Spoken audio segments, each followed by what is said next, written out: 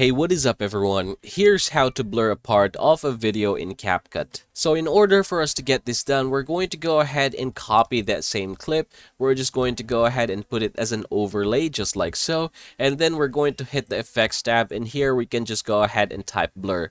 Now remember that we are going to put a blur in here, and the blur that we want to add is something that we can adjust. So there are a lot of blur here. Make sure that you have chosen this one, the one where you can adjust the intensity of the blur.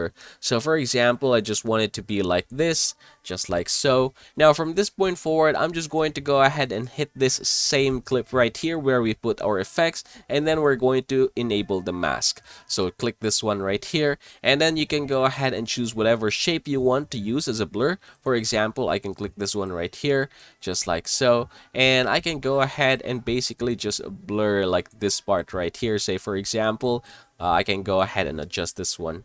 So yep, just like so. Now, in this time, if I'm going to go ahead and play this one, you can see that this is how it goes. So it is blurring this particular part right here. Of course, you can adjust this one however you want, but basically that is how you're going to do it.